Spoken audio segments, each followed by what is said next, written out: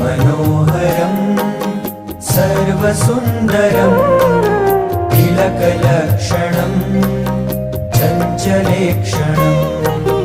विबुधवन्दितं स्वामिनाथ ते वपुरिहास्तु नो नित्यदर्शने मदनमोहनं प्रेमदोहनं नयनगोचरं भक्तसञ्चरं भुवि सुदुर्लभं स्वामिनाथ ते वपुरिहास्तु नो नित्यदर्शने निजजनैः सदा वाञ्छितं हृदा